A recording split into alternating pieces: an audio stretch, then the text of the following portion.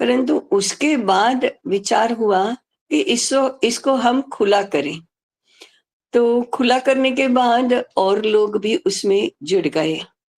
आज के सत्र में ऐसे अनेक लोग हैं जो इसके पूर्व के सत्रों में नहीं थे। इसलिए आज से हम जो ये चिंतन सत्र शुरू कर रहे हैं, उसमें मैं प्रारंभ से ही शुरुआत करूंगी। हो सकता है कि कुछ संक्षेप में ही हो जाए, क्योंकि निरंतर स्मरण में रहेगा कि अरे बहुत लोगों ने सुना हुआ है, बहुत लोगों ने सुना हुआ है, तो क्यों फिर से आवर्तन करना। तो ये मन में तो रहेगा, इसलिए थोड़ा संक्षेप में, परंतु विषय मूलतः हम शुरू करेंगे। ये चिंतन सत्र हमारा हर मास की दोनों पंचमी के दिन रहेगा, निरंतर रहेगा। जितना समय इस विषय को पूर्ण होने के लिए चाहिए, उतने समय तक हम ये करते रहेंगे। क्योंकि आज की तरह उसको समय में बांधना कि 2 महीने में होगा, 1 वर्ष में होगा, 15 सत्रों में होगा, ऐसा हम नहीं कर सकते, करना भी नहीं चाहिए। क्योंकि जैसे-जैसे हमारे चिंतन की धारा बहती है, वैसे-वैसे जैसे वो आगे बढ़ेगी, जिस गति से आगे बढ़ेगी, उसी गति का अनुसरण हमें करना होगा। इसलिए हम अभी उसकी सीमा नहीं बांधते हैं। हाँ, हर एक सत्र के लिए सीमा जरूर होगी, वह होगी 1 घंटे की। हमारा चिंतन सत्र प्रारंभ में तो अधिकांश व्याख्यान से चलेगा। उसके बाद सहचिंतन भी होगा। कुछ प्रश्न, कुछ जिज्ञासा समाधान, कुछ हमारे विचार की प्रस्तुति, श्रोताओं की, हमारे माने श्रोताओं के विचारों की प्रस्तुति, इस पद्धति से यह आगे बढ़ेगा। जो जब स्वाभाविक होगा, जो जब आवश्यक होगा, उस पद्धति से हमारा ये चिंतन चलेगा। दूसरी एक स्पष्टता, अभी तो यह चिंतन है। चिंतन के बाद कृति का विचार होगा, और इतना जल्दी चिंतन कृति में परिणत होना संभव नहीं है। इसलिए अभी हम चिंतन की ही बात करेंगे, परंतु मन में यह निश्चय है कि इसका कभी कृति में रूपांतरण होना ही है। कृति में रूपांतरण करने के लिए ही हम चिंतन कर रहे हैं, क्योंकि चिंतन पहले ही करना ही होता है और उसके बाद कृति उसका अनुसरण करती है। इसलिए हमारा क्रम पहले चिंतन और बाद में कृति की योजना, ऐसा रहेगा। राम विद्यापीठ का नाम सुनते ही बहुत लोगों के मन में केवल कुतूहल जागृत हुआ होगा कि ये क्या है, राम विद्यापीठ की कल्पना क्या है, इसमें क्या होगा, इसकी तो नितांत कल्पना आना असंभव है। इसलिए कुछ लोग तो कुतूहल से जुड़े हैं, कुछ लोग जिज्ञासा से जुड़े हैं, कुछ लोग राम विद्यापीठ, राम के संदर्भ में कुछ होगा, राम मंदिर के संदर्भ में कुछ होगा, या राम रामायण के संबंधित कुछ होगा, ऐसी कल्पना करते होंगे।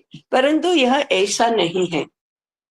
यह शुद्ध शिक्षा के संदर्भ में, भारतीय शिक्षा के संदर्भ में, भारत में भारतीय शिक्षा के संदर्भ में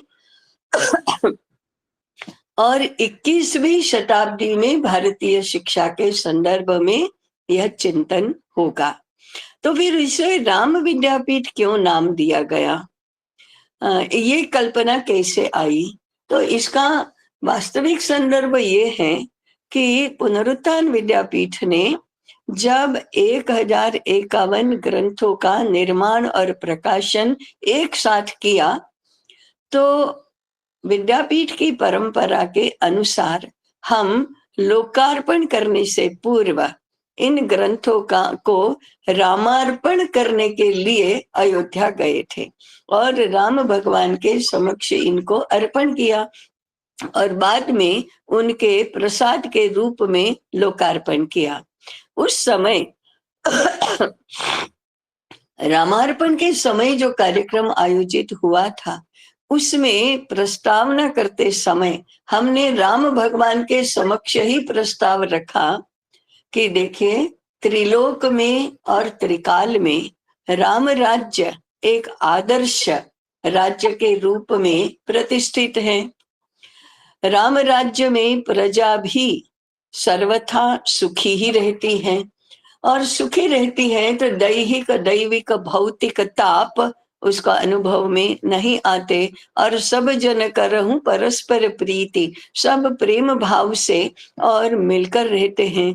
ऐसा आदर्श राम राज्य आज भी फिर से आए, ऐसी आकांक्षा प्रजा और राजा दोनों के मन में रहना स्वाभाविक है।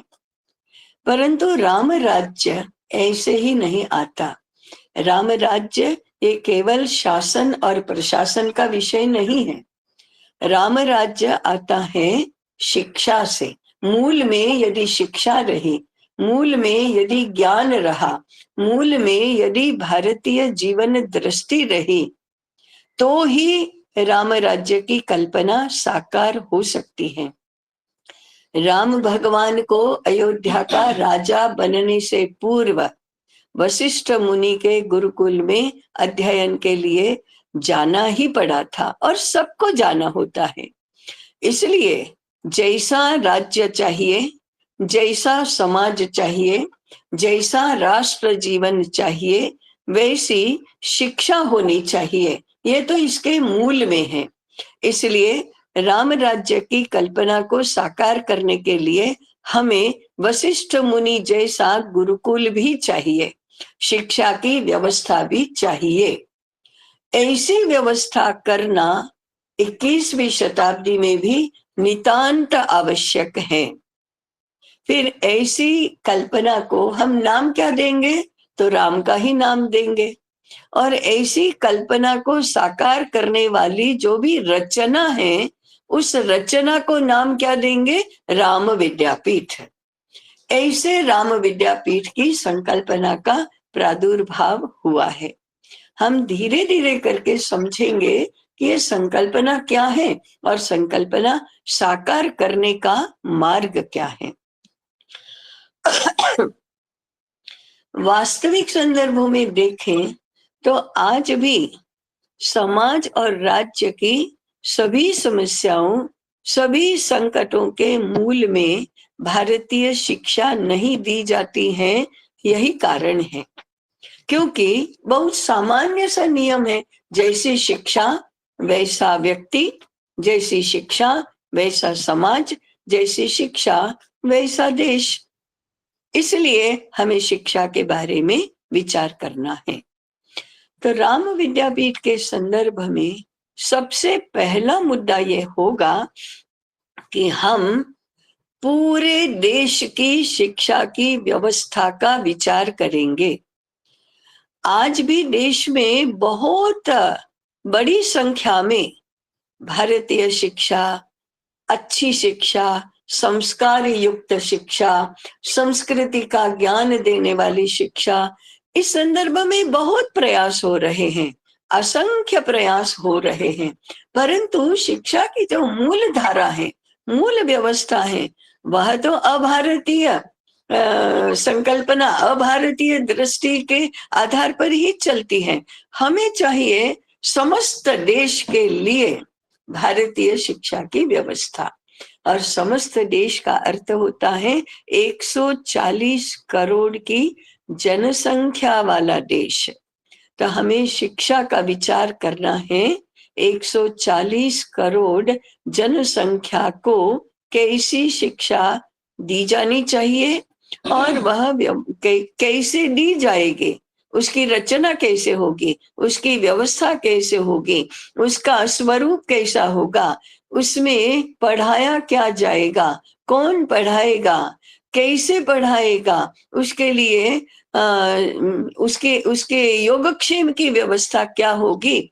ऐसे पूरे देश के संदर्भ में इन सभी मुद्दों को लेकर एक साथ विचार करना, ये राम विद्यापीठ का पहला मुद्दा है।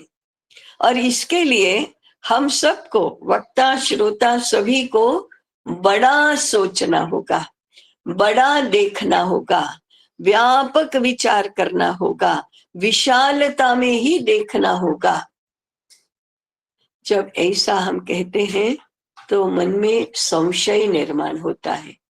आजकल तो कोई भी कठिन बात करने की बात आई तो तुरंत आज के जमाने में कैसे हो सकता है, कौन करेगा ये सब, कोई करने के लिए तैयार नहीं होगा। ये 140 करोड़ दे जनसंख्या के लिए विचार करना क्या हमारा काम है, वो तो सरकार करेगी तो होगा। ऐसे अनेक प्रकार के संशय मन में आते हैं।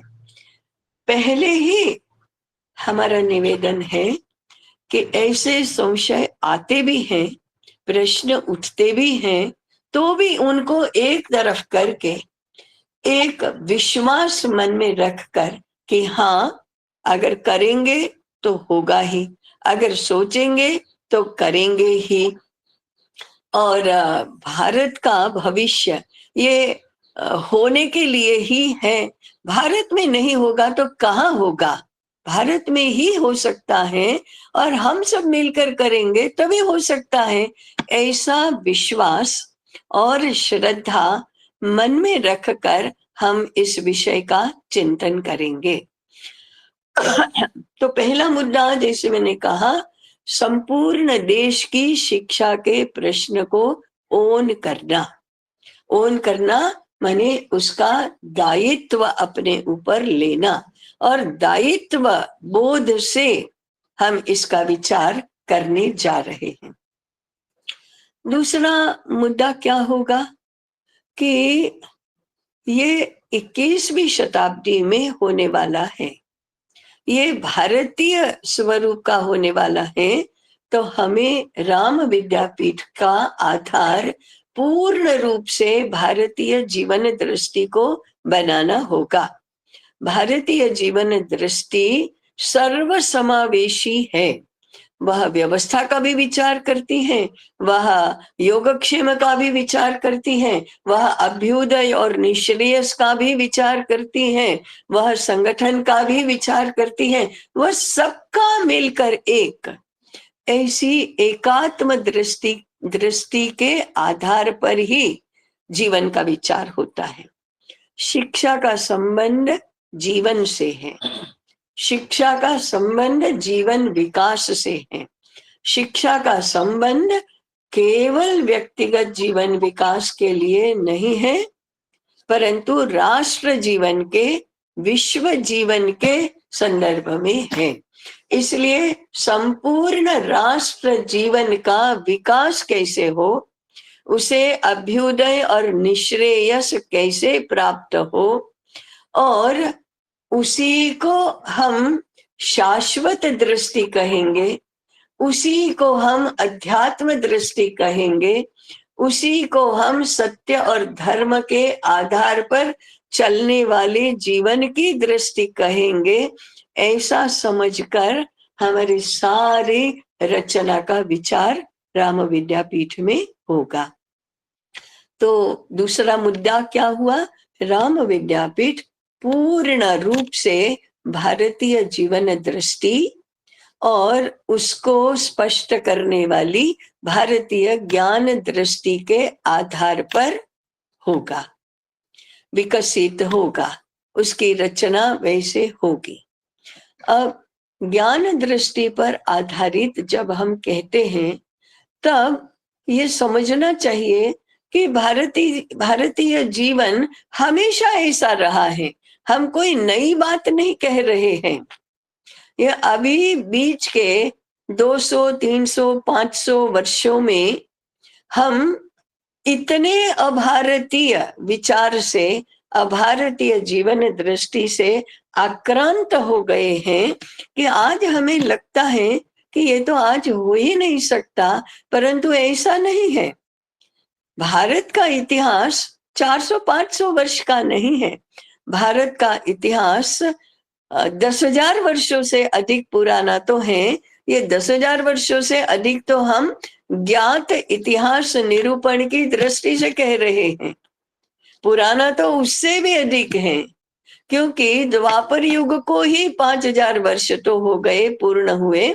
उसके पहले त्रेता, उसके पहले सत्ययुग, तो वेद काल, रामायण काल, महाभारत काल और फिर आज का काल, तो ये तो हजारों वर्ष पूर्व की चलती आई हमारी परंपरा है। और भारतीय जीवन तब से बहुत ही विकसित अवस्था में चल रहा था। तो हमारे लिए ये नई बात नहीं है। जो हजारों वर्ष की परंपरा है, जो आज क्षीण हो गई है, उसकी धारा आज क्षीण हो गई है, परंतु पूर्ण रूप से सूख नहीं गई है। वह है, उसकी क्षीण धारा अभी है, पतली धारा अभी है, उसको पुनर्प्रवाहित करना है। तो हमारे लिए नया कुछ नहीं है, जो था वही है। इसलिए हमारे लिए ज्ञान आधारित समाज जीवन की रचना करना ये स्वाभाविक है। आज की परिस्थिति के कारण से कठिन अवश्य होगा, परंतु कठिन तो अपने पुरुषार्थ से बहुत जल्दी सरल हो जाता है और स्वाभाविक हो जाता है।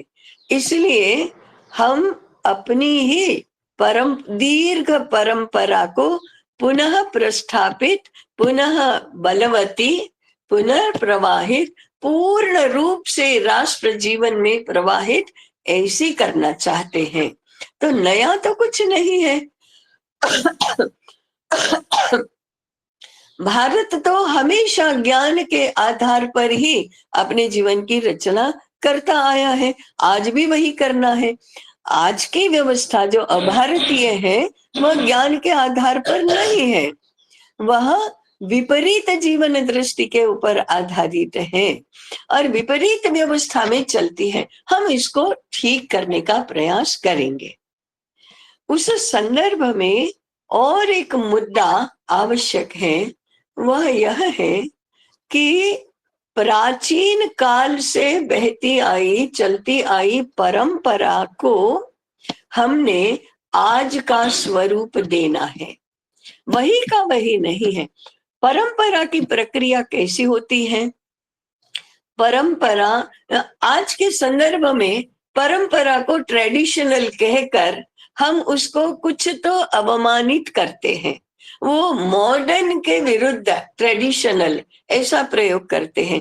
और मॉडर्न अच्छा है क्योंकि आधुनिक है और सबको मॉडर्न होना चाहिए ऐसा कहते हैं। परंतु अनजाने में और कभी तो जानकर भी मॉडर्न को हमने वेस्टर्न के साथ इक्वेट किया है। माने वही सब कुछ आधुनिक है जो पश्चिम का है, ऐसा हमारा गृहित हो गया है। वह है नहीं, हमारा गृहित हो गया है। हमको आधुनिक तो बनना ही चाहिए, परंतु आधुनिकता का अर्थ पाश्चात्य नहीं है। हम सादे सादे उदाहरण में भी देखेंगे। हम जब कहते हैं मॉडर्न मेडिकल साइंस, तब आयुर्वेद की बात नहीं कर रहे होते हैं, तब हम एलोपैथी की ही बात कर रहे होते हैं। और एलोपैथी का जन्म पश्चिम में हुआ, तो पश्चिम को हम आधुनिक मानने लगे। इसी प्रकार से मॉडर्न टेक्नोलॉजी जब हम कहते हैं, तब 19वीं शताब्दी में जो यंत्र से बनी रचना का आविष्कार हुआ और वह यूरोप में हुआ, उसके बाद वो भारत में भी आया और पूरे विश्व में छा गया, उसको हम मॉडर्न कहते हैं। मॉडर्न टेक्नोलॉजी का अर्थ है पश्चिम में उद्भूत ऐसी टेक्नोलॉजी।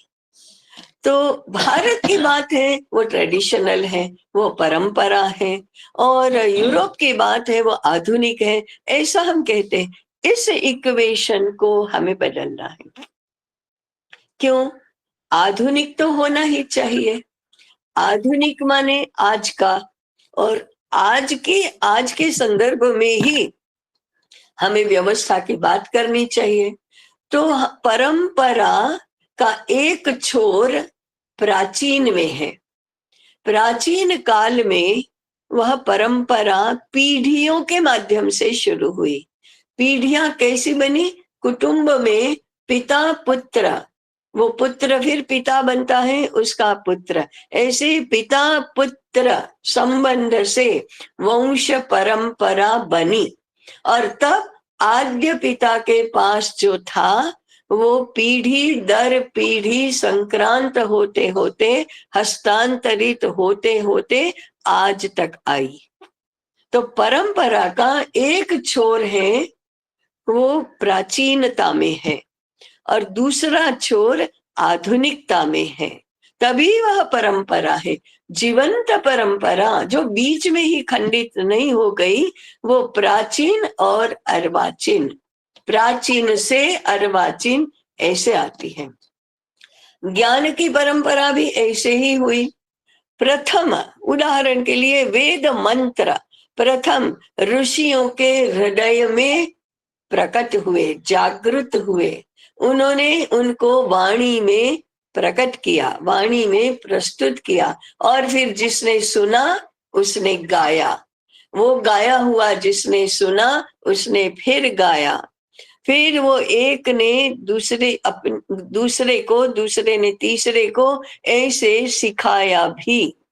फिर मंत्र का गान हुआ, फिर उसका अर्थ भी समझ में आने लगा, समझा समझाया, समझा समझाया। ये है गुरु शिष्य परंपरा।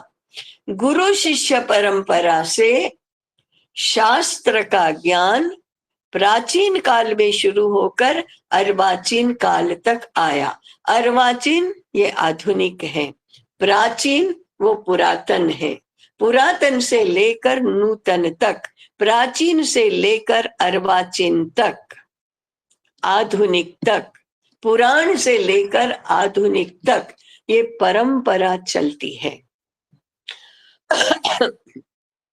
इससे क्या होता है, प्राचीन काल के ज्ञान को, प्राचीन काल की व्यवस्था को पीढ़ी दर पीढ़ी परिवर्तित होता रहता है। कैसे परिवर्तित होता है? जो देश काल परिस्थिति के अनुसार अभी नहीं चल सकता उसको छोड़कर जो चल सकता है उसको जोड़कर उसको नया बनाया जाता है। नया बनाने के समय जो छोड़ना चाहिए वही छोड़ा जाता है, शाश्वत तत्व हैं वे नहीं छोड़े जाते। तो शाश्वत तत्व को वैसे ही रखकर जो व्यवहार है उसे देश काल परिस्थिति के अनुसार उसकी रचना कर तत्व और व्यवहार का अटूट संबंध बनाकर, व्यवहार को तत्वानुसारी रखकर तत्व को व्यवहार में रूपांतरित होने जैसा बनाकर परंपरा पीढ़ी दर पीढ़ी चलती है।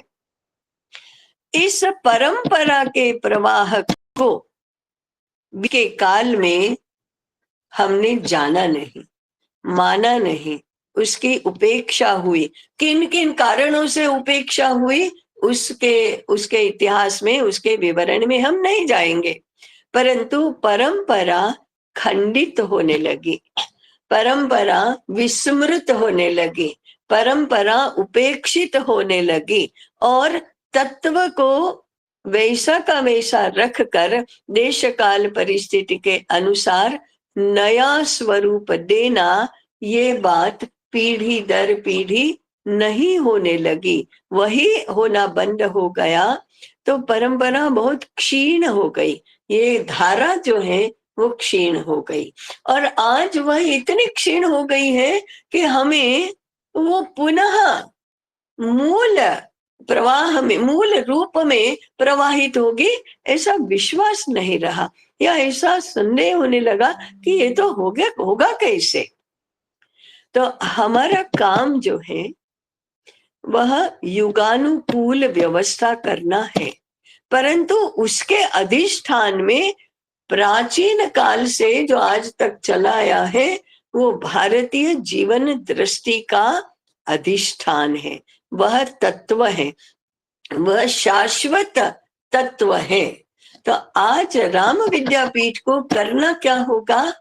तो भारतीय जीवन दृष्टि के जो मूल तत्व हैं उनको शुद्ध रखकर, अगर उसमें मिलावट हो गई है तो उनको परिष्कृत करके उसको अभी अच्छी तरह से जानकर, समझकर, पहचान कर, उनका अध्ययन कर, उनके ऊपर आधारित ऐसी वर्तमान देश काल परिस्थिति के अनुसार उसको प्रासंगिक बनाना है, उपयोगी बनाना है। तत्व वही होगा, व्यवहार आज का होगा। ऐसे तत्व और व्यवहार का समायोजन करना और शाश्वत भारतीय ज्ञान धारा को पुनः समृद्ध और बलवती बनाना और आज के राष्ट्र जीवन को अच्छा बनाने के लिए, यानी सुखी, समृद्ध, सुसंस्कृत, ज्ञानवान, समर्थ, पराक्रमी ऐसा बनाने के लिए शिक्षा का उपयोजन कैसे होगा ये देखना। तो एक तरफ तो 140 करोड़ जनसंख्या के लिए शिक्षा का विचार है, दूसरा प्राचीन काल से चले आए शाश्वत भारतीय जीवन दृष्टि के तत्वों को आज के समय में व्यवहार्य कैसे बनाना। ये हॉरिजॉन्टल और वर्टिकल ऐसी राम विद्यापीठ की शिक्षा योजना होगी। तभी हम शिक्षा को राष्ट्र जीवन के विकास के लिए उपयोगी बना सकेंगे और विश्व के संकटों को दूर करने में समर्थ भी बना सकेंगे। इसलिए तीसरा हमारा संदर्भ है वर्तमान विश्व स्थिति की कल्पना करना। हम भारत कभी भी संकुचित नहीं रहा। भारत ने कभी भी केवल अपने विषय में विचार नहीं किया। भारत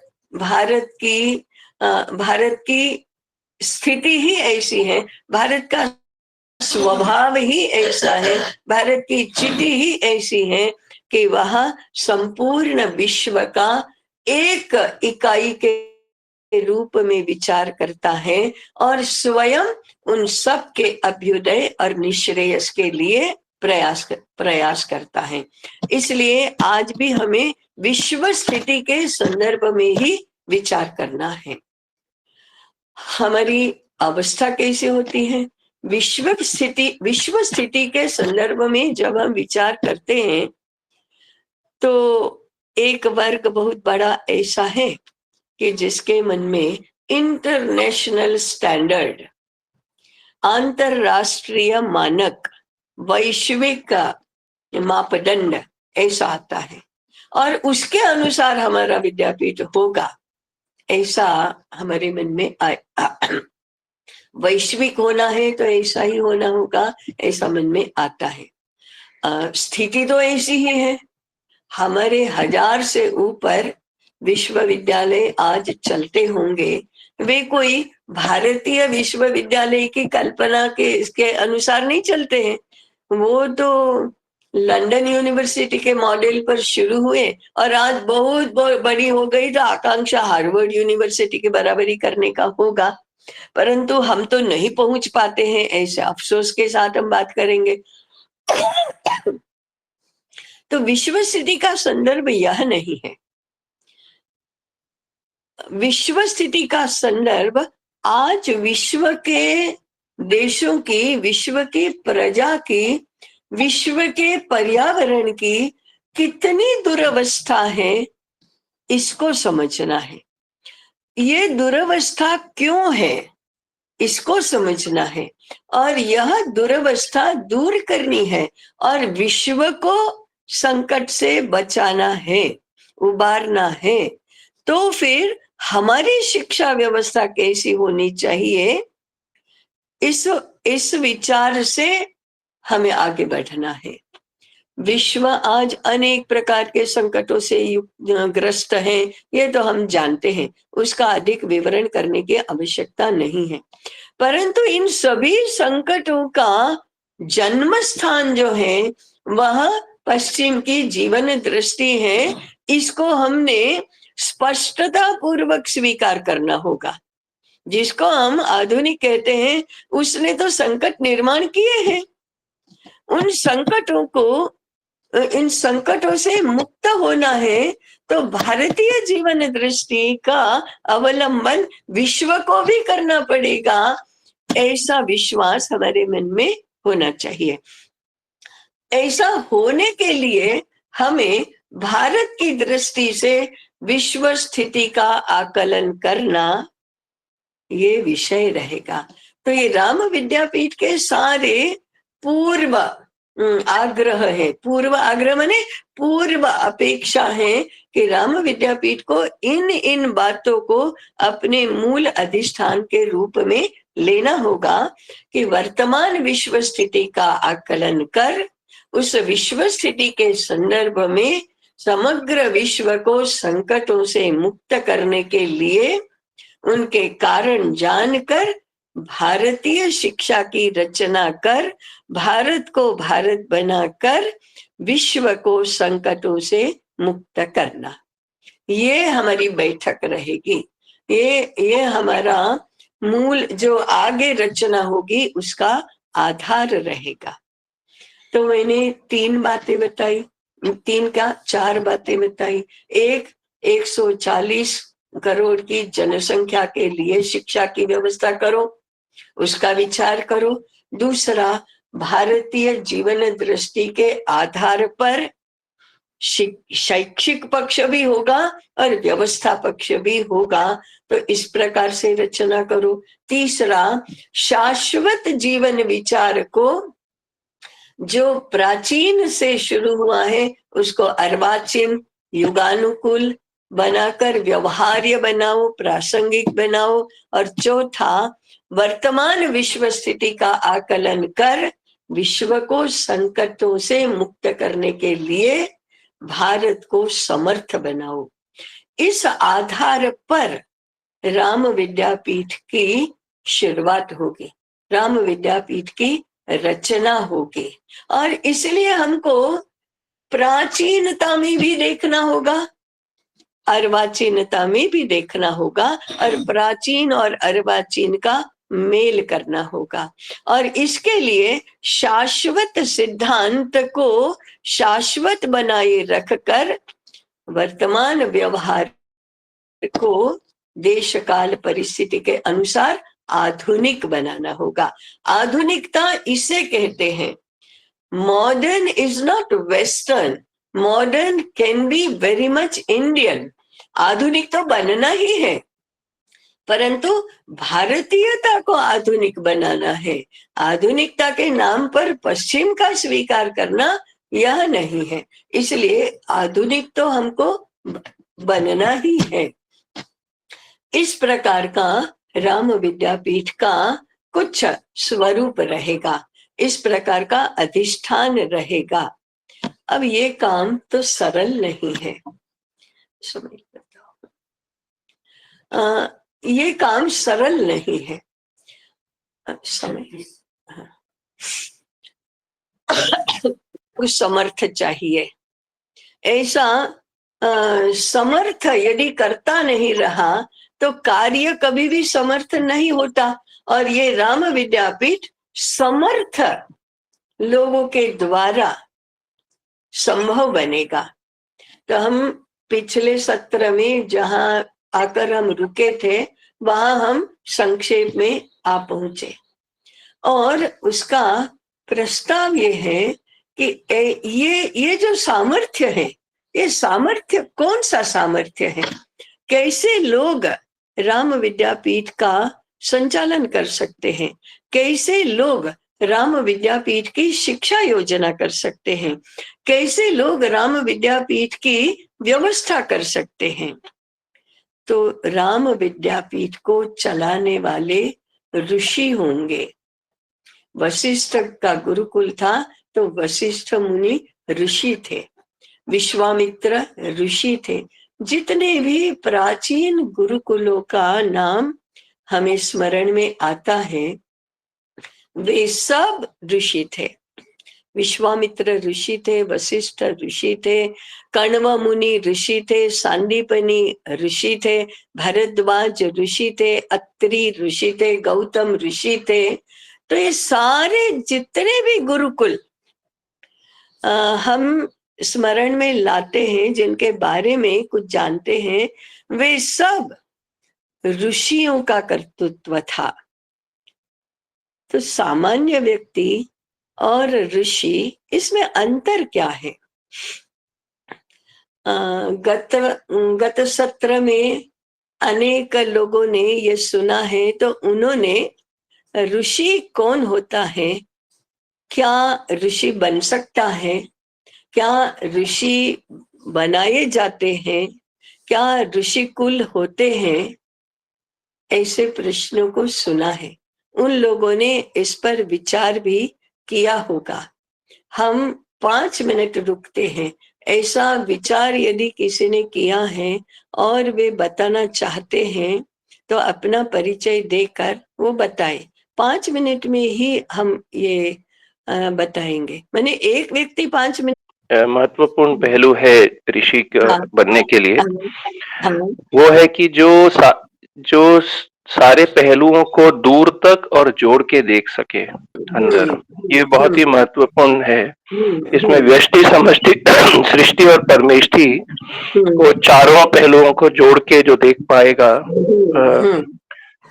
उसको हम एक महत्वपूर्ण पहलू कहेंगे ऋषि होने के लिए। जी जी। राजेंद्र जी। हाँ,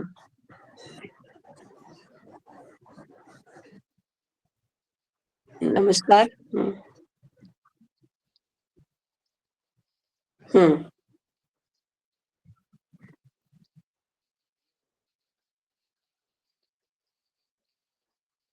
हम्म हम्म हम्म हम्म हम्म हम्म हम्म हम्म हम्म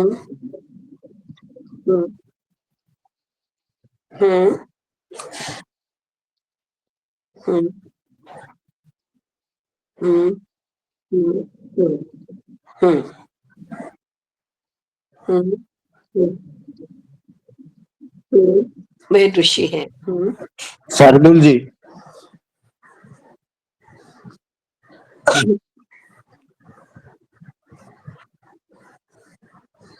हाँ जी।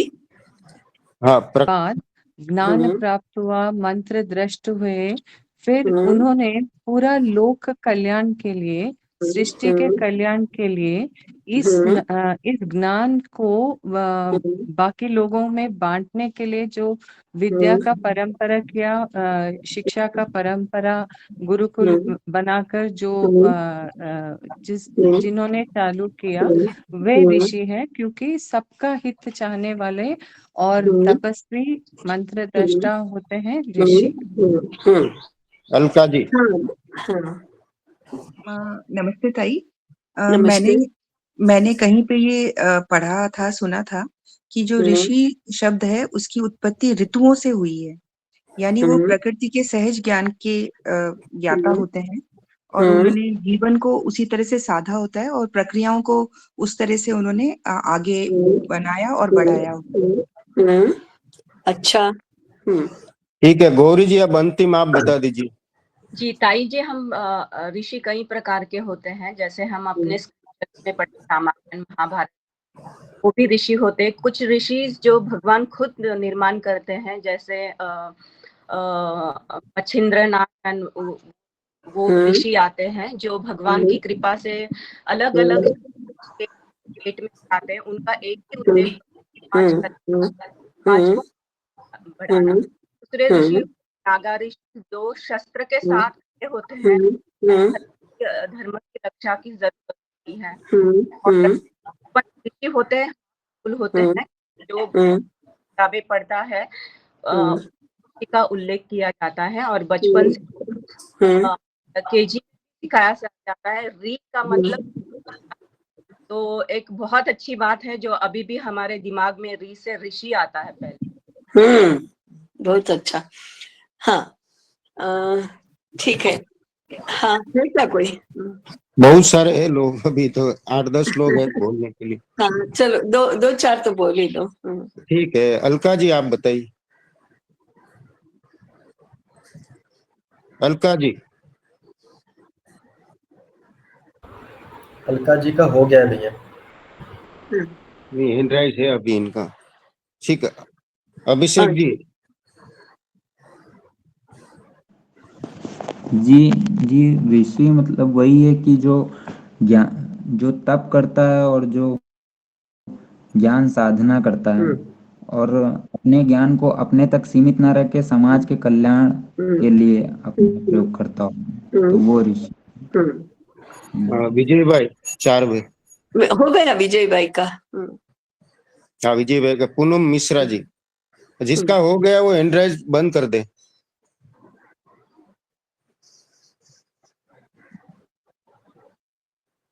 जी पूनम जी। नमस्कार ताई। ऋषि ऋषि वह होता है जो अहंकार, ईर्ष्या, इन सब बातों से, क्रोध, लोभ, इन सब बातों से जो दूर होता है और जो तप और त्याग करता है वह ऋषि होता है। ठीक है, महेश भाई बापट। प्रणाम ताई जी। नमस्कार। ऋषि ऐसा शोध करता है जो सृष्टि, परमेष्टि, समष्टि को संकलित करके अपने शोध का सर्व जनों के कल्याण के लिए उपयोग करे और उसको लागू करने के लिए स्मृति का निर्माण करे। अच्छा। रामचंद्र जी भट्ट, रामचंद्र जी भोसले। हाँ प्रणाम ताई। ऋषि, हाँ ऋषि वो है जो सृष्टि के एकात्म भाव को जाने और शिष्यों को समझा पाए। बढ़िया। हाँ ठीक है। हरिओम। शार्दुल जी अंतिम बता दीजिए आप। बहुत सारे लोग हैं परंतु इसी में समय जाएगा। जी मेरा मुद्दा हो चुका है। मैं एक और जोड़ता हूँ कि वो सत्य शोधक होते हैं ऋषि। सत्य शोधक होते हैं। हाँ ठीक है। तो हाँ, तो प्रतीत ये होता है कि बहुत लोगों ने अच्छी तरह से विचार किया है और ऐसी सहभागिता से यदि हमारा चिंतन सत्र आगे चला तो अच्छा फलदायी होगा। इसलिए सभी श्रोताओं को बधाई है। सभी ने जो बातें की हैं वो सभी मिलकर ऋषि की संकल्पना तो अच्छी तरह से व्यक्त करते हैं। सभी की संकल्पनाओं का समावेश हो जाए ऐसी एक छोटी सी कथा बताकर फिर हम आगे बढ़ते हैं। आपने कथा सुनी भी होगी, पढ़ी भी होगी, आप पहले भी जानते भी होंगे, परंतु संदर्भ में वह उपयोगी है, इसलिए हम पुनः श्रवण करेंगे। एक राजा था, अपने सैनिकों के साथ जंगल में शिकार करने के लिए गया। संयोग से दिन भर वो अपने सैनिकों के साथ घूमता रहा, भटकता रहा, लेकिन उसको शिकार नहीं मिली और खाने को कुछ नहीं मिला, पानी नहीं मिला और थके हारे मांदे से सायंकाल होने तक आया और जंगल में रास्ता भी भटक गए। अब वापस कैसे जाना वो भी पता नहीं। तो जा रहे हैं और अचानक दूर एक खुली जगह दिखाई दी और एक बड़े वृक्ष के नीचे ओटे पर, मैंने चौथरा बनाया था, उस पर एक व्यक्ति आराम से बैठा हुआ था। तो तुरंत राजा और सारे सैनिक वहां पहुंचे। उन्होंने देखा ये ऋषि हैं और बड़े निश्चिंत भाव से, प्रसन्न भाव से आराम से बैठे हैं। राजा ने जाकर नमस्कार किया। ऋषि ने कहा, राजा मार्ग भटक गए क्या? भूखे हो क्या? प्यासे हो क्या? राजा को बहुत आश्चर्य हुआ, कैसे इन्होंने समझ लिया, लेकिन वो कुछ जिज्ञासा से पूछताछ करने की स्थिति में नहीं था कि आपको कैसे पता चला। उसने कहा कि हाँ महाराज, बहुत थक गए हैं, बहुत भूख लगी है, बहुत प्यास लगी है, खाने को चाहिए, पानी चाहिए, विश्रांति की व्यवस्था चाहिए। तो ऋषि ने कहा कि तुम वो सामने एक बड़ा वृक्ष दिख रहा है, उसके पास जाओ, उसके नीचे खड़े रहकर वृक्ष देवता को प्रार्थना करके जो तुमको चाहिए वो मांगो। राजा ने फिर मन में तो प्रश्न आया कि ये क्या बात है, परंतु उसने पूछा नहीं, उसको अन्न चाहिए था, जिज्ञासा का समाधान नहीं। इसलिए वो गया, उसने हाथ जोड़कर प्रार्थना की, हे वृक्ष देवता, हम सब बहुत भूखे हैं, हमको अन्न चाहिए। आंखें बंद करके प्रार्थना की थी, आंखें खोली तो सामने लोग खड़े थे अन्न लेकर, सब बैठे और गरम गरम बहुत सुस्वादु ऐसा भोजन उन्होंने किया। अब दूसरी मांग थी, हे वृक्ष देवता, हमको पानी चाहिए। आंखें खोली तो पानी लेकर सेवक उपस्थित थे, शीतल मधुर जल पिया, सबकी प्यास भी बुझ गई। बाद में क्या चाहिए, अब बहुत थके हैं, विश्रांति चाहिए। तो क्षण भर में वहां बिस्तर की व्यवस्था हो गई और रात भी होने को आई थी, सब बिस्तर में लेटे और सो गए। सुबह प्रातः काल में पक्षियों का कलरव सुनकर और शीतल पवन था, उसके स्पर्श से जागे और ताजे हो गए। उसके बाद राजा को होश आया कि अब जरा ऋषि को पूछना चाहिए। तो फिर वह ऋषि के पास आया, सैनिक भी साथ में थे। ऋषि ने कहा कि हो गया आपका अन्न पानी विश्रांति सब हो गया, अब क्या आपको रास्ता चाहिए, रास्ता जानना है, कैसे जाओगे? हाँ महाराज, हम रास्ता भटक गए, रास्ता चाहिए, परंतु मेरी जिज्ञासा का समाधान करिए, एक प्रश्न है। क्या प्रश्न है? ऋषि ने पूछा। तो कहा कि हम उधर वृक्ष के पास गए और प्रार्थना की कि हमको ये चाहिए, तो वृक्ष ने कैसे सबको दे दिया, ये क्या चमत्कार है? तो ऋषि ने कहा, राजा, वह सामान्य वृक्ष नहीं है, वह कल्प वृक्ष है। कल्प वृक्ष तो हमारे पुराणों में बहुत बार उल्लेख होता है उसका, इसलिए हम सबको मालूम है। तो ये कल्प वृक्ष है और कल्प वृक्ष आपकी सारी इच्छाएं पूर्ण करता है, आप जो मांगेंगे वो आपको देता है, ऐसा कल्प वृक्ष है। तो राजा के मन में आया ये भी बड़ा विचित्र है, तो उसने पूछ लिया, महाराज, आपके सामने ऐसा कल्प वृक्ष है, तो फिर आप क्यों इतनी छोटी सी कुटिया में रहते हैं और भिक्षा मांग कर भोजन करते हैं? आपको तो जो चाहो जो मांगोगे वो मिल जाएगा, फिर आप ऐसे क्यों रहते हैं? तो ऋषि ने कहा कि राजा, मेरे जैसे हजारों ऋषि जब तपश्चर्या करते हैं तब उसके परिणाम स्वरूप एक सादा सा वृक्ष कल्प वृक्ष बन जाता है और लोगों की आवश्यकताओं की पूर्ति करता है।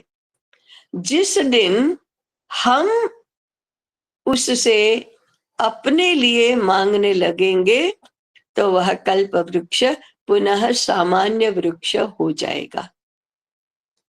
ये वृक्ष हमारे लिए नहीं है, आप जैसे लोगों के लिए हैं जो संकट में पड़ गए हैं और उनको ऐसी मूल आवश्यकताओं की पूर्ति करना होता है, इसके लिए है। तो कहने का अब कथा से आप सभी के उत्तर एक एक करके सब इसमें आ गए। ऋषि क्या करते हैं? तपश्चर्या करते हैं। ऋषि क्या करते हैं? साधना करते हैं। ऋषि ज्ञान साधना करते हैं। ऋषि अनुसंधान करते हैं। ऋषि विद्वान होते हैं। ऋषि विशाल दृष्टि होते हैं, उनको बहुत दूर तक दिखता है, उनको समय में भी बहुत दूर तक दिखता है और स्पेस में भी बहुत दूर तक दिखता है।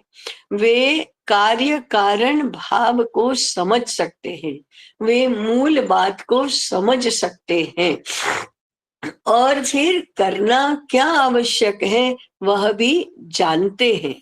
और इतना जानते हैं, ये सारा सामर्थ्य उनका इतना अधिक होता है कि साधारण सा वृक्ष भी कल्प वृक्ष बन जाता है। इसका अर्थ है जन समाज की जो भी आवश्यकता है वह सभी आवश्यकता पूर्ण करने का सामर्थ्य एक वृक्ष में भी आ जाता है।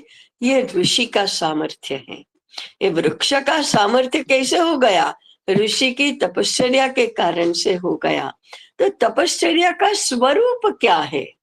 तपश्चर्या का स्वरूप ज्ञान साधना, अनुसंधान, शास्त्र निर्माण, विशाल दृष्टि और जो भी आवश्यक है वो जानना, समझना और उसकी पूर्ति करने का सामर्थ्य निर्माण करना, ये सब ऋषि का कर्तव्य है।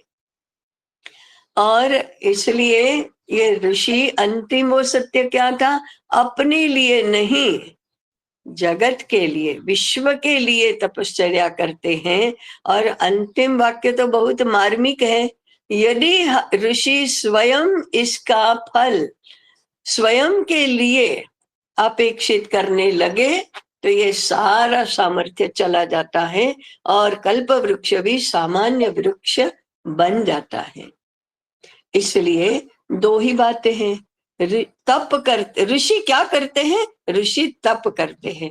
ऋषि कौन है? ऋषयः मंत्र दृष्टारः, मंत्रों के दृष्टा है। इसका अर्थ है कि विश्व में जो ज्ञान अवस्थित है वह ऋषि के हृदय में प्रकट होता है। यही ज्ञान साधना का परिणाम है, यही तप से होता है। दो सूत्र है, तपसा शुद्धि ही, तपसा सिद्धि ही। तप से शुद्धि प्राप्त होती है, तप से सिद्धि प्राप्त होती है। ऐसी कोई भी बात नहीं जो तप से प्राप्त नहीं होती। लेकिन पहले तप से क्या होता है? शुद्धि होती है। किसकी शुद्धि होती है? जो तप करता है उसकी शुद्धि होती है। स्नान से तो बाह्य शुद्धि होती है, आभ्यंतर शुद्धि तप से होती है। इसलिए तप से शुद्धि प्राप्त करके फिर सिद्धि प्राप्त करना, और वह सिद्धि विश्व के लिए होना, स्वयं के लिए नहीं। और ये सब ज्ञान के आधार पर करना, ये ऋषि का व्यवच्छेदक लक्षण है। व्यवच्छेदक लक्षण माने सामान्य लक्षण है।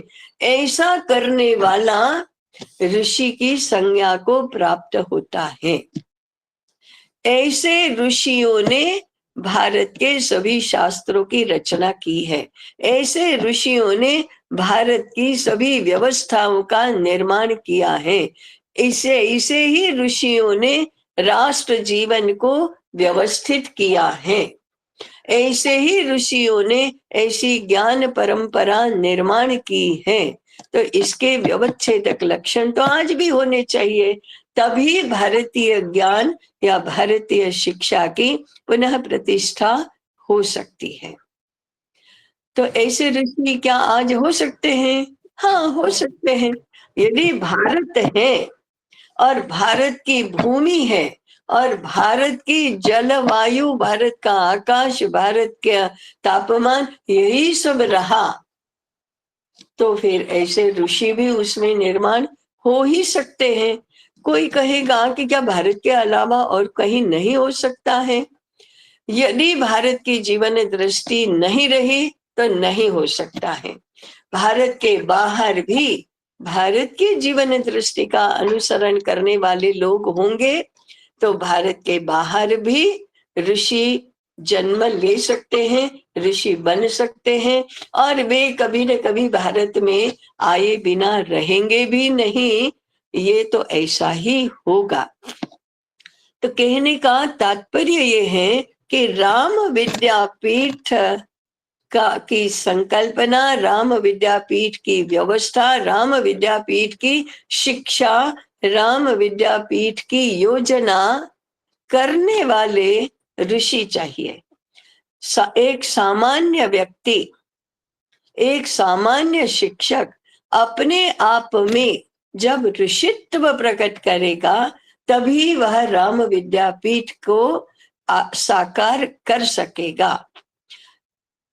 हम यदि ये समझते हैं कि हाँ आज के काल में भी यह संभव है तो वह संभव होगा।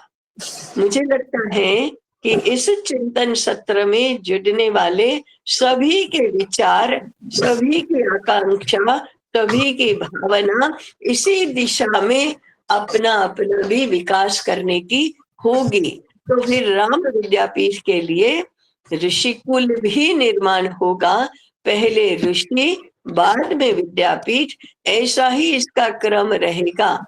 ऋषि कैसे बनेंगे इस प्रक्रिया पर हम अगले सत्र में विचार करेंगे। अभी यहीं पर रुकते हैं, शांति पाठ से पूर्ण करेंगे। ओम सहना भवतु सहनौ भुनक्तु सह वीर्यं करवावहै तेजस्विनावधीतमस्तु मा विद्विषावहै। ओम शांति शांति शांति। सबको नमस्कार। नमस्कार ताई। प्रणाम ताई।